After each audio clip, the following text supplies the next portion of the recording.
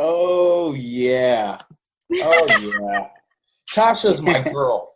Tasha Danner was she came in with us. She was a little younger than I.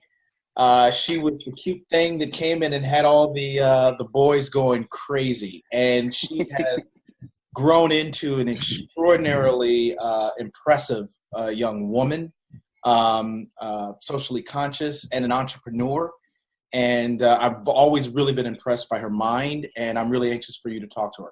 So with that, Tasha Danner. Hi, Tasha. Wow. How are you?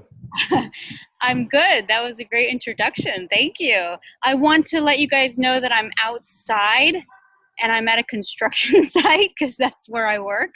So hopefully it's not too distracting, but let me know if it is and I can pop inside. No, I think as far as I can tell, there's no audio background, or there's no audio distractions in the background. Okay.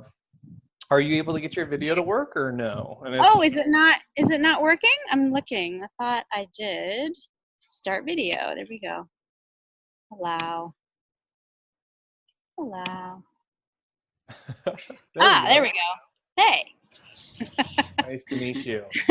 I was wondering why I couldn't see myself. Nice to meet you too. How are you? I'm fantastic. Thanks for asking. So would you mind sharing with our audience and future readers the story of how you became a Mickey Mouse Club member?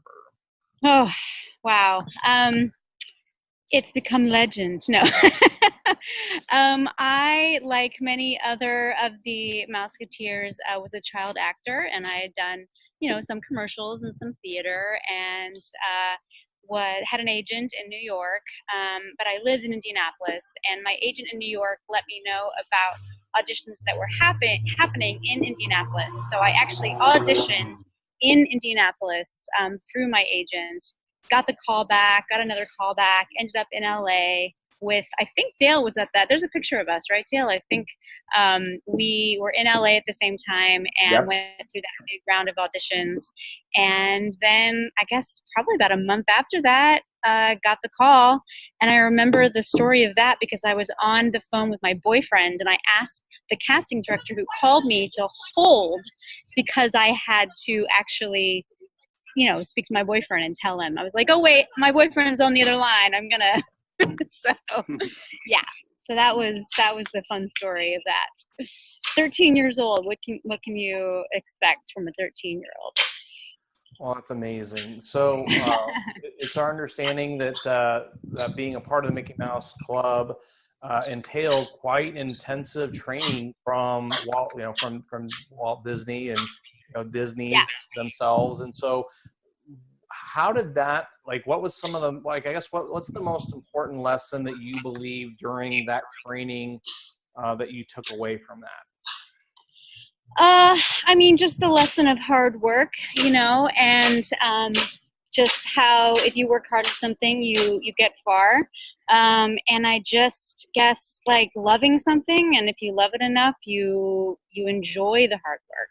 And I think that's something that I still have today, is that everything that I do in life is, there are points where it's really, really hard, but if I enjoy what I'm doing, then the hard work is worth it in the end, for sure. Awesome. So let's transition to today, right? Because obviously we talked about the origin story and then the lessons that guided you to where you are today. Would you mind sharing with everyone, what are you currently doing professionally or business-wise? Sure. And how did that journey lead you here and help you be where you are today? Yeah, that's a great question. I am definitely doing what I want to do in a myriad of different directions. I'm working for a nonprofit, and we help homeless families who are experiencing homeless, help them find housing and get back into housing, which is really close to my heart. Living in Portland, you see a lot of the effects of high housing costs and how that's causing a lot of homelessness. So that's really close to my heart. I also run a business that helps farm and create agriculture for local communities. So we do a CSA, which is a community supported agriculture program, and that's near and dear to my heart. And we also hold events for yoga retreats, meditation retreats, spiritual retreats, where people could come out and connect with nature, which in our urban driven world is a really rare thing. So I love that. We have 80 acres, and people come out and hold groups and connect to the land, and that is awesome. And I'm also getting my degree in political science and working to help empower women, and writing a big thesis right now on women's empowerment and education and how that will help climate change. So that's fun too. So yeah, lots of stuff going on right now. And I also, when I have time, do musical theater, because of course singing and dancing and acting are still huge parts of my life, and I love it so much. And so I am very active in the local theater community here as well. So a lot going on right now. You're very entrepreneurial, and obviously the lesson that you shared that you learned from being a part of the Disney organization is the principles of hard work, which is obviously parlayed into I think the 4 or 5 things that you referenced, right? Yes, for sure. Hard work. And like I said, but there has to be hard work doing something I love. And all of that is. So, yeah. Awesome. So, obviously being a part of a media organization, probably one of, if not the most well-known brand in the world of Disney, being a part of that today, and now how like today's world of social media and technology, it's become a little bit easier than ever to become an entrepreneur or be in the business realm.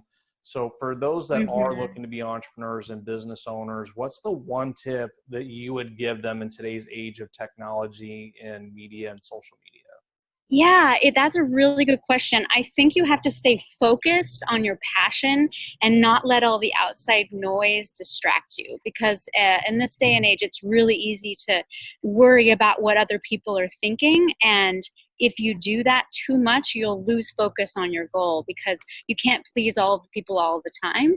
Especially, I'm learning a lot about politics and how, if you have a goal and you have something that you are moving towards, there's going to be people who are ecstatic about what you're doing, and there's going to be people who are like really, really opinionated and have a negative view of what you're doing, no matter what it is, even if it's helping homeless people or doing something that overall looks like an amazing thing. Everybody has their own opinion. And so I think that one pointed focus and just knowing in your heart that what you're doing is right, whatever it is, whether you're, entertaining people or starting a business or doing nonprofit or philanthropic work, and staying focused on that and not letting all the outside noise distract you from your goals is huge.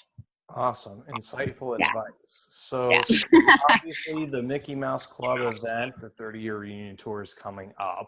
Yes. Why is it important for you to want to participate? And what would you tell someone who might be watching or reading this about why they would want to participate and attend themselves?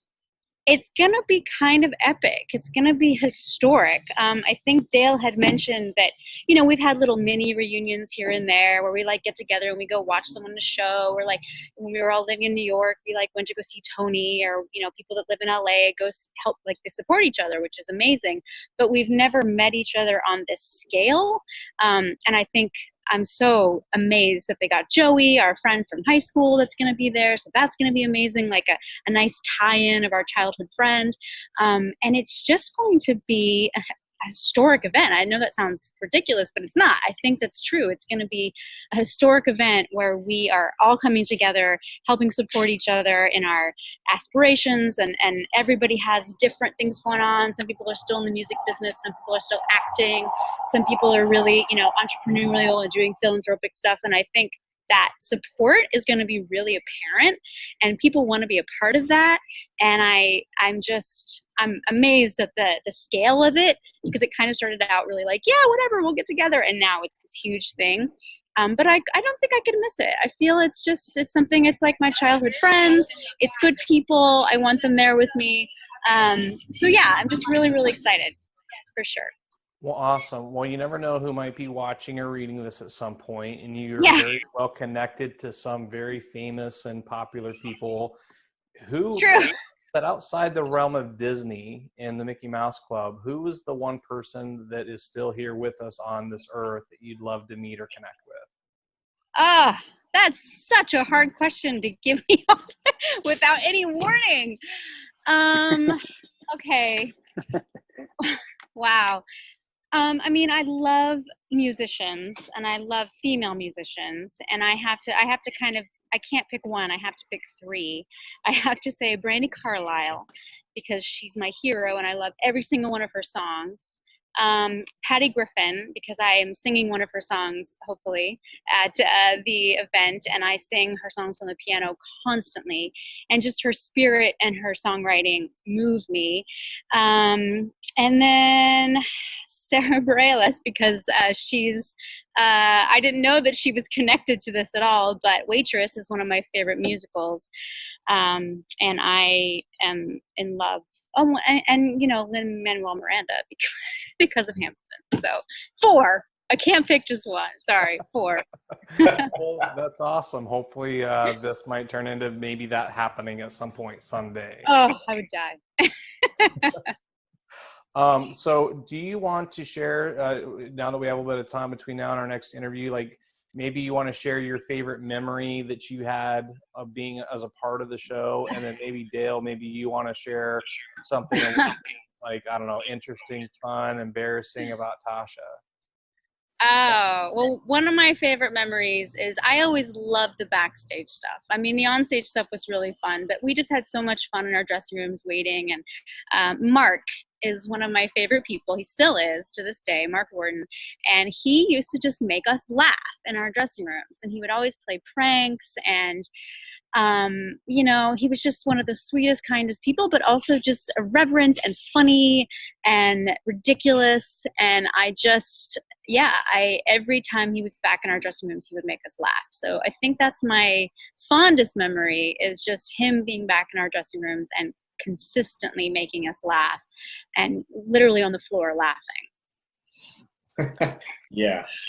Yeah. Right? You know. I'd have to echo that, man. Yeah. Mark, who you'll talk to later, he's a nut, and he kept us all laughing. And yeah. I don't have anything embarrassing about Tasha, but I'll throw this to her if she even remembers our trip in Vegas. Do you remember that? Oh, yeah, that was fun. Yeah. We have a great picture that I like to share on social media sometimes. With Carrie. Yeah, you and Carrie Russell and me in my purple silk suit. And, and I've got these 2 lovely ladies on each side of me looking like a young stud. I love that moment. It just says a lot about our camaraderie and our friendship, and it's a sweet moment. Well,